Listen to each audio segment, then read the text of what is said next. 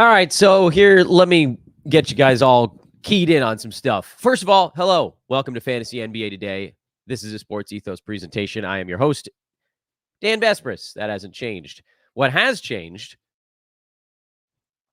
I'm sure you guys can still hear the nasal stuff going on with me, but that's actually something that stayed the same. The thing that's changed is that Los Angeles is basically underwater right now, which I know for the rest of the country is like, whatever, a little bit of water. But this city completely shuts down when there's rain. The roads are flooded. You can't get anywhere. So as a result, my day has shifted ever so slightly, with both children at home, likely to be at home all day. And in about 30 minutes, that means that I am on duty and you may or may not hear from me the rest of today. So I wanted to quickly get this show in before the madness of the day has ensued. We have a weekend to go back through. We're going to cover all 30 teams. We're going to get you reset for the upcoming week, which I believe is now week 16, which seems nuts, but I think that's true. How the hell did we get this far? We're like, what are we at now? Are we 60? Yeah, we're 60% of the way through the NBA season. Amazing. Downsloping it. And it's trade deadline week on top of everything else. Thursday is the trade deadline. We'll have our live show from 7:30 a.m. to 12:30 p.m. Pacific time. It's a 5-hour show. Then I do 4 hours of basketball play-by-play later that evening. So Thursday I will be dead, but it's going to be a good one. It'll be a happy dead. So let's just dive straight on in today. I'm going to try to keep promo to a minimum because we've got so much stuff to cover, and I want to try to do it at sort of a breakneck speed. We'll start with the Orlando Magic at the Detroit Pistons.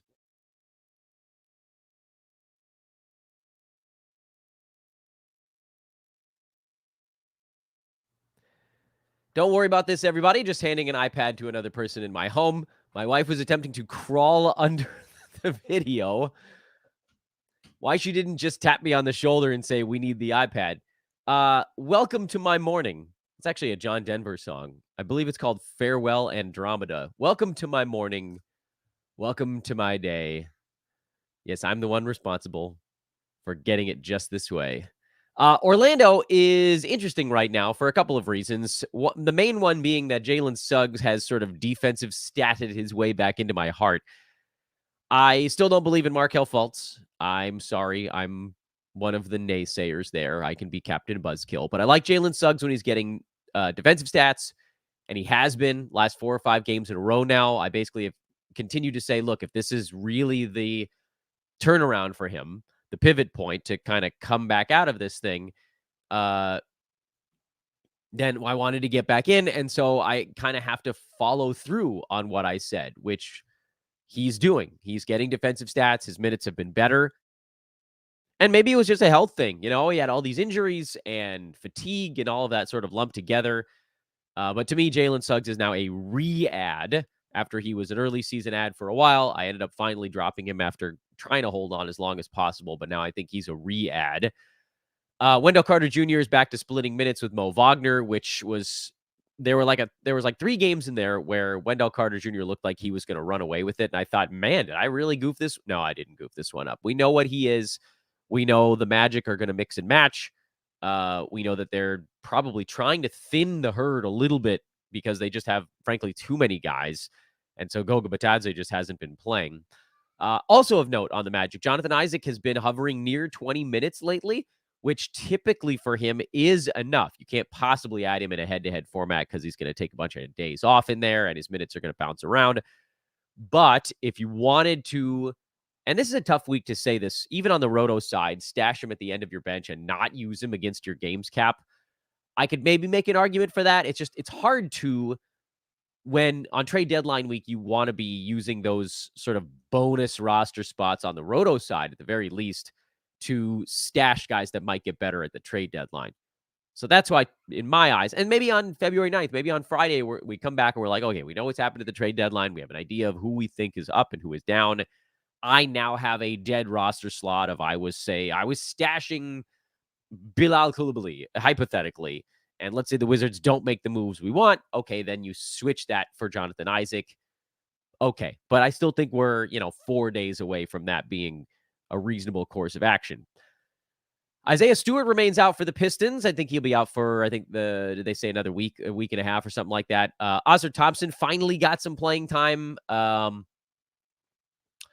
I still think he's more of a silly season guy than a trade deadline guy. So if you're trying to squat on Thompson, you're probably going to be waiting another month as opposed to another week. I don't know this to be the case. Maybe they turn his direction even when Isaiah Stewart's back, but I also don't feel like I don't know that Bojan Bogdanovic is going anywhere. I know they're trying to move Alec Burks. I just I don't know how many guys on the Pistons are really in a position to get out of the way for Thompson to make an immediate impact on Thursday, as opposed to on, March 20th when they're like, all right, Burks, Gallo, Muscala, Bogdanovic, and they just list off anybody who's older than 26 years old. You guys all get to take the rest of the year off, and that would be the moment. I have no real thoughts on Phoenix. Bradley Beal had a big ball game, which was good because he was sort of overdue for that. Grayson Allen did not, but he's a hold. Washington is the more interesting or more horrifying side of this particular ball game. Kuzma sat this one out. Could potentially be trying to get him right for the trade deadline. I don't know for sure, and I don't want to make any assessments there. Jordan Poole decided he was going to do the I don't really care act again. La-da-dee-da. I actually still think that Poole has a weird, kind of outside shot to be a trade deadline winner. I've been fading him. So if you're listening to this podcast for the very first time today, you're going to be like, oh, Dan is interested in Jordan Poole. Dan has been telling you all to avoid Jordan Poole like the mother bleeping plague since a month before the season started. But I'm also a pragmatic fellow who notices that he's getting dropped now in leagues, which probably should have happened 2 months ago, but he's getting dropped now when you legitimately would only have to hold him for 3 days to find out if Kuzma and Tyus Jones or Daniel Gafford, whoever, get traded. And then, you're going to have games like this where Poole just decides to pull the plug quickly on his night. But you'll also have games like the previous one where he takes 22 shots or whatever it was. And to me, that's a reason. Now it's okay, Poole's been awful, but there's a 30-40% chance that more guys get out of the way. Somehow he needed more to get out of his way. And so that to me is worth it. Marvin Bagley is not healthy right now, so there isn't a legitimate backup for Daniel Gafford, but he's another potential trade deadline winner. I've got one half of one eye, not even a full eye. I have a half an eye on Corey Kispert, whose fantasy game is fairly whack. But if at the deadline it's, Kuzma gets moved and Jones gets moved and Gafford gets moved, if they really do blow the whole thing to smithereens, Kispert could, number one, potentially start. Number two, even if he doesn't, you saw he took 13 shots here in 25 minutes. If he goes up to 28, 29, 30 minutes, you could see him just chucking away 15 shots a ball game. And then you kind of have to consider him more so on the points league side, but possibly both. But that's why it's only half of one eye. And then Koulibaly, who had the absolute worst game that we've seen in the Tony Snell era. Sorry, I shouldn't take shots at Tony Snell. He's actually part of a kind of a heartwarming story in the NBA right now, or what could be one. That's kind of a sad story at the moment about his kids needing health care. Sorry, Tony Snell, but you are the master of the zeros and everything. Koulibaly did have one rebound and one turnover in 25 minutes of this ball game. And this is what I've talked about since November. He's not a play in fantasy unless we can promise he gets over 10 shots a ball game, which feels like it could happen if both Kuzma and Tyus Jones get moved at the deadline. We got to look at what the team looks like without Kuzma in this one. Admittedly, they got spanked, and they got spanked quick and early. So maybe we didn't get all the information we needed, but we certainly got some. Yes, the Memphis Grizzlies are still a professional basketball team. No, they're not really fielding a professional basketball team, but they wear the jersey. Memphis lost by 40. They had nobody left. 13 players were out. Somehow they managed to run 8 guys out there in this ball game. But look at this madness. I've got to believe that the Grizzlies have some of their injured guys back for the next one. But if they don't, we got an idea of who you could start, which was G.G. Jackson, Scottie Pippen Jr., in my eyes, are probably the two safest just because they can actually like have fantasy game. David Roddy's fantasy game is whack. Jacob Gilliard's fantasy game is teetering on the brink of possibly useful. And then Luke Kennard could have fantasy game, but I don't think his body is ready for 30 minutes yet. So that's why he only played 24 here. And I can't start him in 24 minutes. I need Kennard playing, the full starters complement. But let's hope that someone's back. Let's hope that Vince Williams and or Santi Aldama or someone like that shows back up. And that's why I'm not making any moves on Memphis until we get their injury report for the next ball game.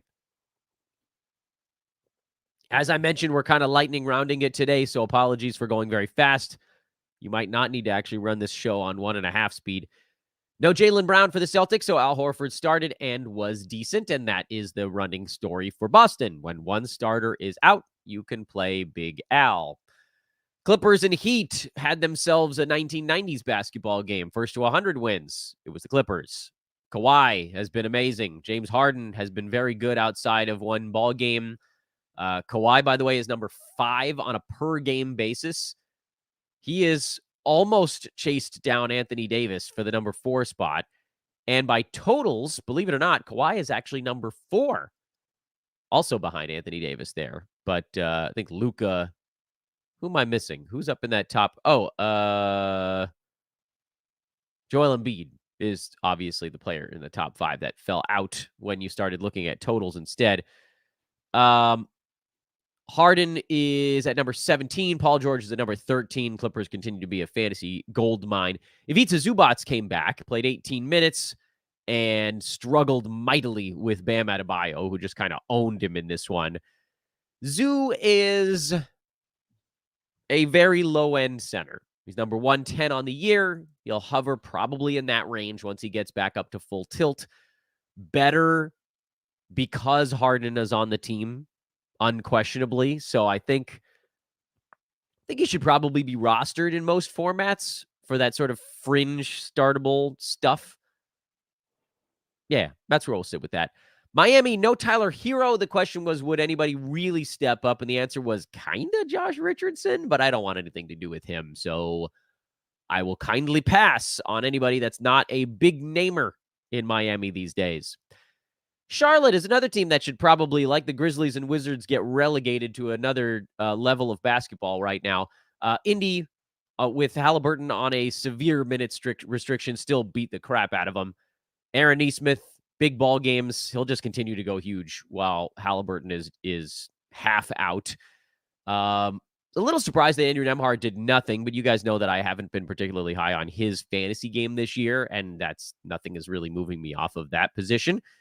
I don't think there's anything to add on Indiana other than to just say, and I don't have a great argument for it on today's show. I might have to do a specialty show, hopefully tomorrow if the kids are back in school.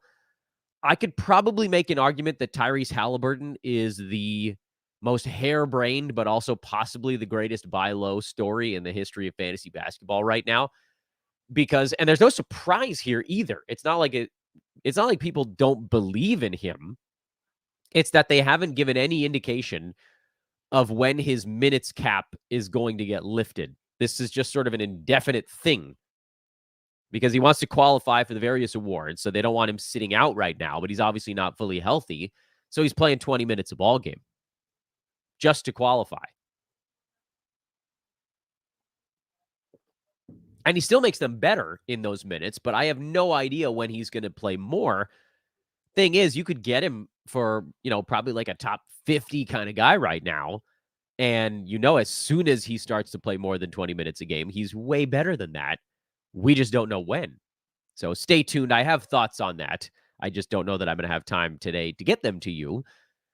Meanwhile, over on the Charlotte side, Miles Bridges, PJ Washington, Brandon Miller are the only viable. Nick Richards, the only viable Hornets, and they are semi-viable at the moment. But because they're competent NBA basketball players, they're going to get a ton of minutes, and so that means you can play them. When LaMelo Ball comes back, I'm not sure PJ Washington remains a hold, but that I guess is an if LaMelo Ball comes back. And he's another guy that's like, you could probably get him for like a top 60, top 70 guy right now because no one knows if he's going to play another game this year.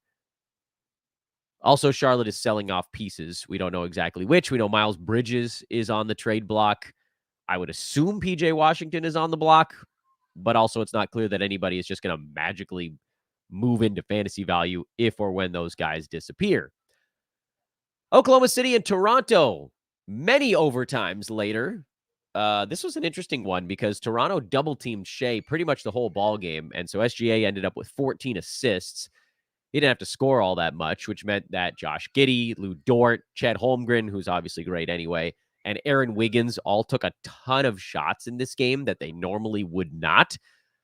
You should not adjust your expectations from the Thunder unless everybody starts double teaming Shea. That would be the reason to sort of flip your expectations on Dort and Wiggins and Giddey, who don't get to do all that much typically, because typically Shea is taking, 10, 11 free throws and 20 some odd shots in a game like this one. And in this one, instead, he had 14 assists. So it's just a different job. Toronto is notable. And again, the double overtime played a pretty large factor in this. But RJ Barrett was back. So he and Quickly are both in there now for Toronto and Scotty Barnes. So the core is there. Jakob Poeltl got back up into the 30s in minutes. He had a really nice ball game here. I want to talk about Dennis Schroeder and Gary Trent Jr. because those are the guys that I keep kind of bouncing back and forth on a little bit. Schroeder was excellent in this one, got 16 shots. Gary Trent got 15 shots. We obviously can't guarantee that they're going to get that kind of opportunity on a night-to-night basis. But if the usage is at this rate, even not in double overtime, those guys probably end up rosterable after the trade deadline. And the reason we got there in this game is because Bruce Brown basically didn't get to play. And I have to believe, well, some of that was, I guess, just sort of matchup type stuff. But some of it also was that the Raptors want to move Bruce Brown. And the dumbest thing you can do leading up to the deadline is hurt the guy that you're trying to trade. So they got him in there so that there were no shenanigans. But they're just going to try to keep him healthy. We know the Knicks are interested in Brown. We've heard the Lakers are interested in Bruce Brown. We know the Nuggets are interested in a reunion with Bruce Brown. There's a market out there.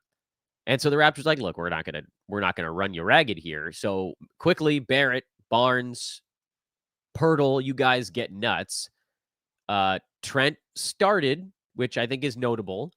I'm not super high on either Trent or Schroeder, but this game sort of gave me some butterflies in my tummy as if to say, okay, Dan, you weren't completely out of your mind to suggest that like sitting on Gary Trent is not the most insane thing. And he was on our trade deadline stash list from Saturday as a two-away guy. I thought he's a two-away guy, but maybe it's only one. Maybe it's just Bruce Brown that needs to get out of the way. It kind of felt like he needed two guys when a game doesn't go to double overtime, and perhaps that does end up being the case, but it almost feels a little bit more like 1.5 after seeing this ball game. Maybe he's 1.5 guys away. Minnesota blew out Houston, so there aren't a ton of takeaways from this one. Getting a lot of questions on whether Amin Thompson and Cam Whitmore can be fantasy assets the rest of this year. My guess is no, just based on the fact that they're not getting enough minutes consistently, and I didn't see anything here to make me move off of that. That's not to say that I don't like them as basketball players and fantasy players. I think Whitmore in particular looks like he's going to have a really interesting fantasy game. But there need to be minutes. And then Jalen Green was awful. I still think he's a sell high. I don't know if you can after a bad ball game, but you certainly could have after a few really big ones. And I've, again, seen nothing to move me off of that posture. I have no thoughts on the Timberwolves, so let's keep moving again because we got to go fast today. Milwaukee blew a big lead in Utah. I mean, this was a massive meltdown. I think Utah put up 40 points in the fourth quarter and outscored the Bucks by like 27 or something ridiculous like that. They look pedestrian at the moment. Let me go to the box score. Yeah, outscored them 40-13 in the fourth quarter. I think the Bucks were up, 2, 18, 12. They were up 12 going into that fourth quarter. Yeah. And lost by 15. Yikes. Anyway, no Brook Lopez, so Bobby Portis is your obvious stream there. For Utah, it was the bench that made the big run. Larry Markkinen got back in with the bench unit, but Walker Kessler got a really nice game because of it. Keontae George had a really nice game because of it. Kelly Olynyk had a better game because of it. Jordan Clarkson was a little better because of it.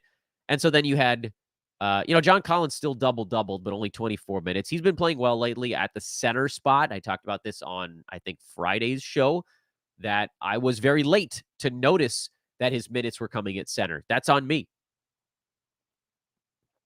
It should have been more obvious to me, but I was blinded by the fact that he had so many bad ball games in a row. But now that they're playing him at the 5, that's why you've seen the big rebounding uptick, the field goal percent uptick.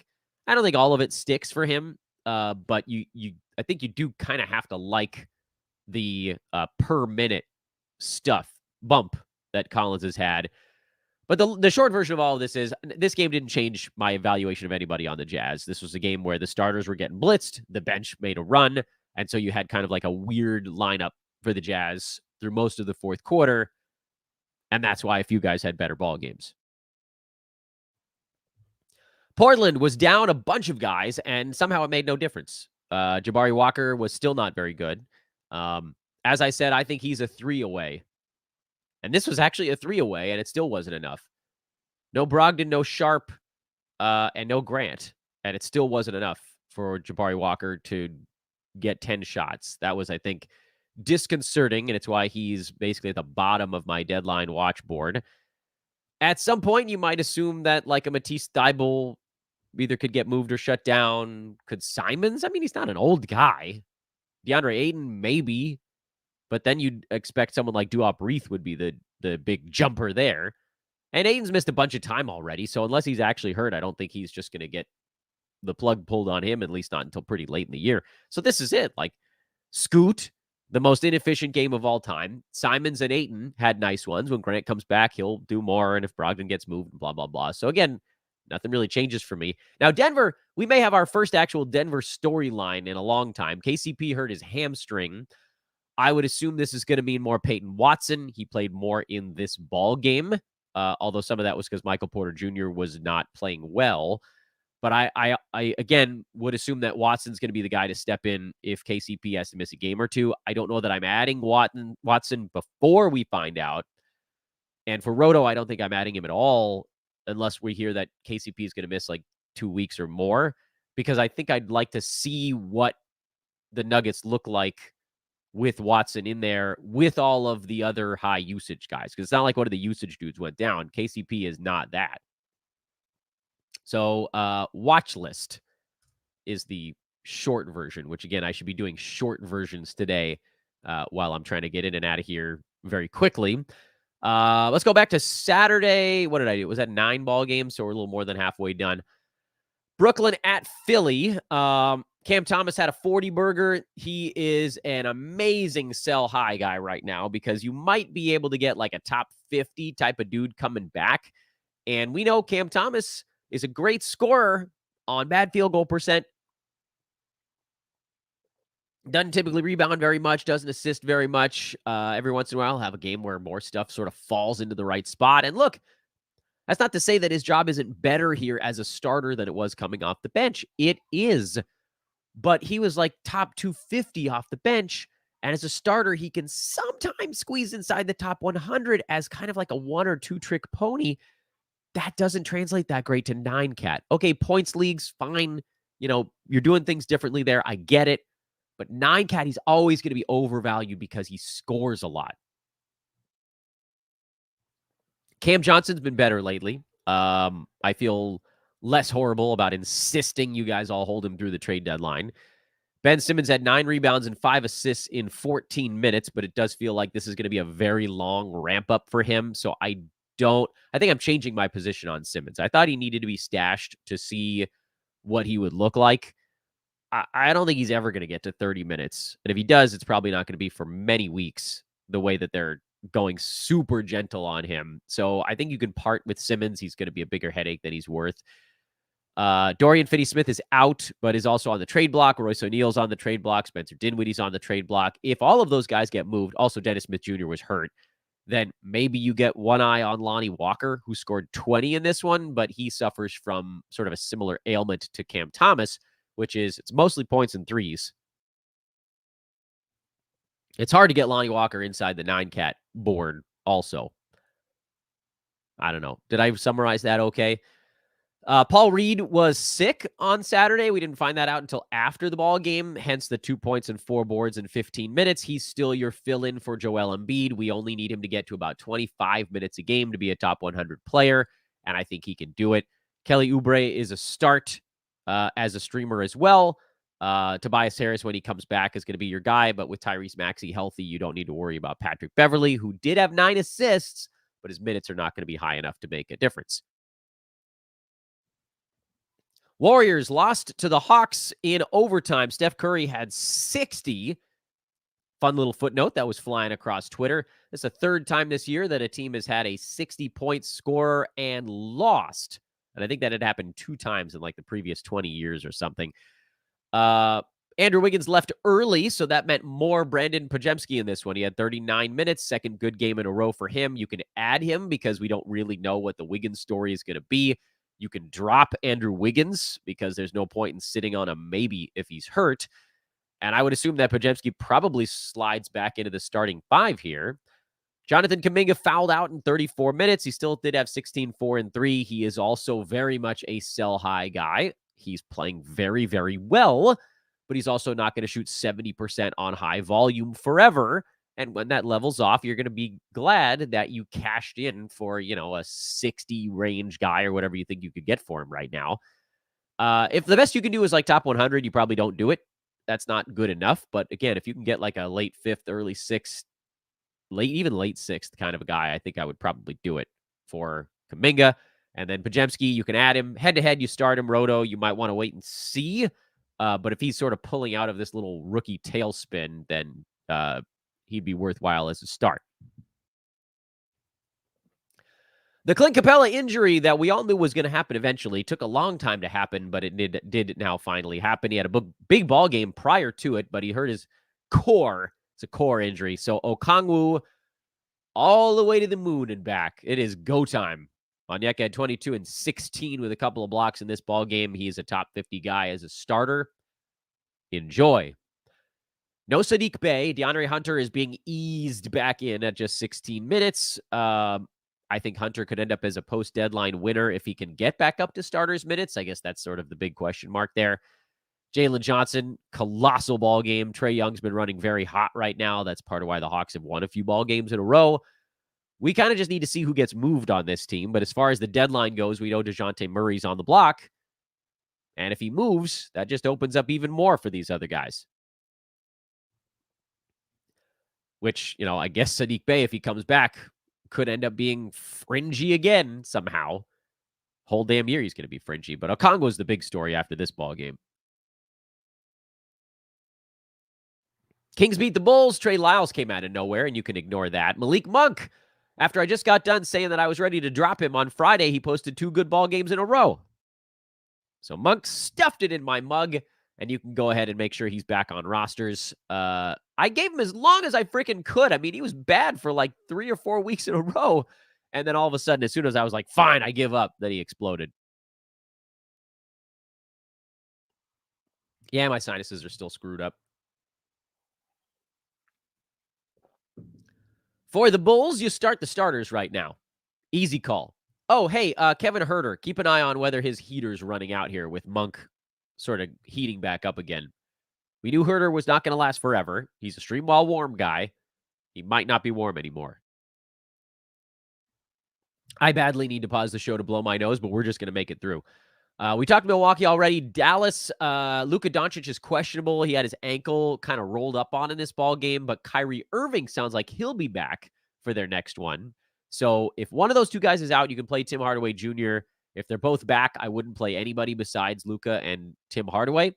Maxi Kleba got the big center start in this one, but it was Rashawn Holmes in the previous game, which means you can't really trust any of them. Sure, you could flip a coin and go with whoever starts, but there's no guarantee that dude plays more than 22 minutes. I don't care about Josh Green's big ball game. I mean, it was nice, but it's not something that you can put stock in nightly. If it could, it would have happened a few times before this one. Cleveland still kind of trying to get the pieces all fit together. Jared Allen played through an ankle injury in this one. We'll see if he's available. I think he was at practice, so I'm hopeful. Max Strus is becoming a much harder hold right now. Every time it seems like he's about to get things back together, something disrupts it. And at a certain point, even I've got to be like, look, maybe it's just not meant to be from the field goal percent standpoint, because he's at 40% right now. And all we really need is like 42 to be fine. And I keep saying, look, he's going to get back to 42. He's got to get back to 42. He might not get back to 42. I would say try to continue holding on to Strus if you can, because I do still think he probably does get back to 42%. And I think he'll get 11 shots a ball game. But again, the team is trying to work the pieces back in. Donovan Mitchell, Evan Mobley, Jared Allen, they all took a crap ton of shots in this one.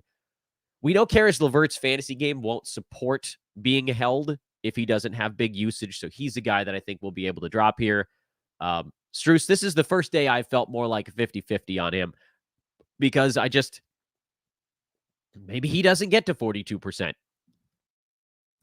The nice thing is, even sort of bad Max Strus is still typically getting you a few boards, a few assists, a steal, half a block, some threes. It's that damn field goal percent that's really sagging things for him. Jeremy Sohan slowed considerably for the Spurs. I still think he's a sell high when he's rolling. And, I know that kind of puts me on an island, but it is what it is. That's just how I feel about it. I don't think he magically became a way better basketball player overnight. He's definitely better, as I've said, in this role with Trey Jones at point and, him getting set up and not having to run the point guard spot. But he's still Sohan, and I don't think his percentages just sort of fixed themselves.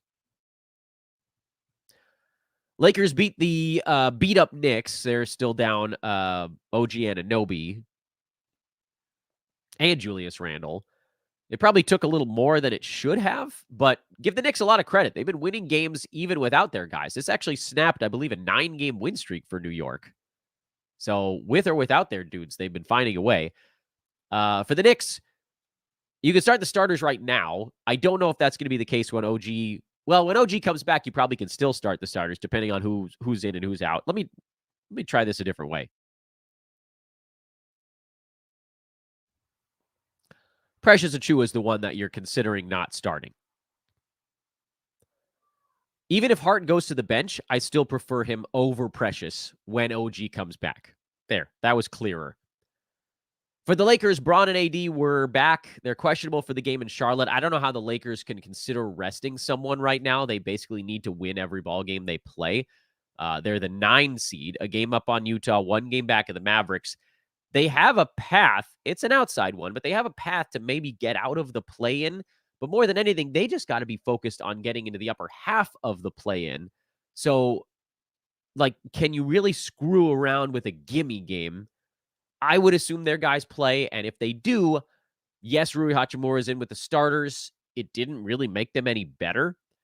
So you're going AD, LeBron, Reeves, and D'Lo. You're not extending beyond that as long as the main dudes are there. And now let's play the game we always play on this show, which is, did anybody not play Friday or Saturday or Sunday? And the answer is yes. And it was the Pelicans. I think we're the only team that didn't play Saturday or Sunday. You guys know where I stand on the Pelicans, and I don't think I even need to go to a box score to tell you. Where I stand on the Pelicans is too many of the fringier guys are eating from each other's buckets. So if Trey Murphy is out, you can start Herb Jones. Right now, Herb is out, so you can start Trey Murphy, even if they're not great on sort of the game-to-game. Those two guys, you need one out to play the other. Kind of the same story for JV and Larry Nance. I know I keep thinking with my heart on the Larry Nance one, but the truth is he's not going to have value if Valanciunas is in there. And Valanciunas will have value if Nance is in, but it won't be as good. And then obviously with Nance out for a couple of ball games, JV's been a bit better. Very quickly here on the week ahead, because I know this is supposed to be a weekly preview show as well, but it's trade deadline week, meaning you have to approach this week differently. Meaning, and I know that this has been said many times, and I say it every year, but it needs to be said again. Don't use your moves before deadline day. Don't use your moves before deadline day. If you're going to use a move, go to manscaped.com and use our coupon code ETHOS20, ETHOS20, to get 20% off and free shipping on your order at manscaped.com so you can clean your ugly mug or whatever other part of your body you need to tidy up with Manscaped. If you need to use a move, go over to social and find me at Dan Bespris, DANBESBRIS, or follow Ethos Fantasy BK. Checking out sportsethos.com. Also, of course, hey, go into the show description, folks. The trade deadline live show, 3 days away. We're at 696 thumbs up on that thing. I think we can get to 700.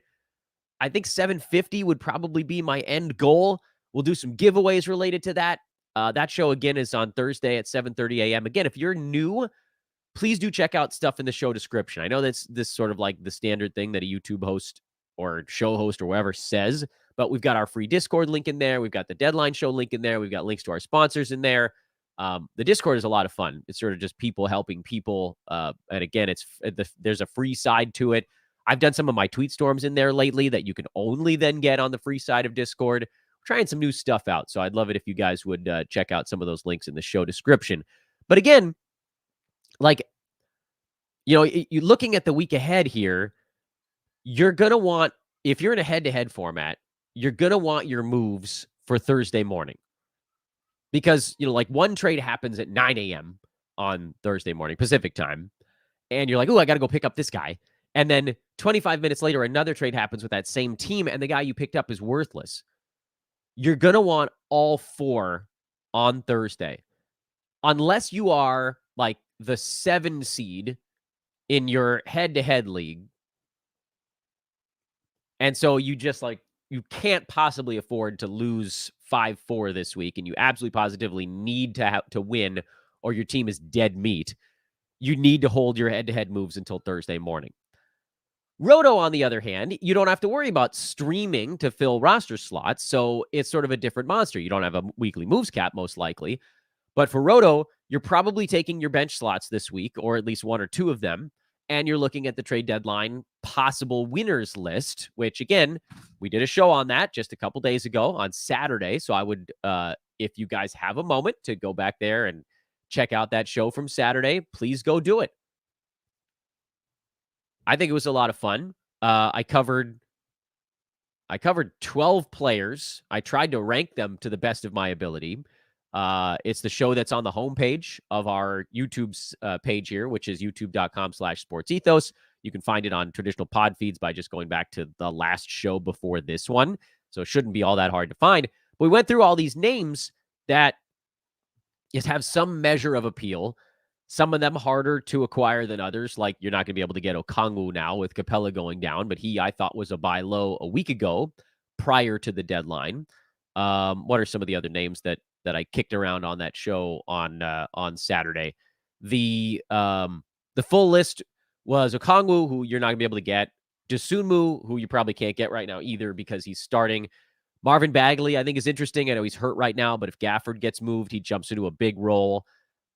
Dennis Smith Jr., same story. If Spencer Dinwiddie gets moved, he could see himself jumping up the board. Schroeder and Gary Trent are interesting. Patrick Williams in Chicago, let's say that he comes back. Levine, we know, is out for the year now, by the way. So I was doing that show, and then like 20 minutes later, the Zach LaVine out for the season news broke.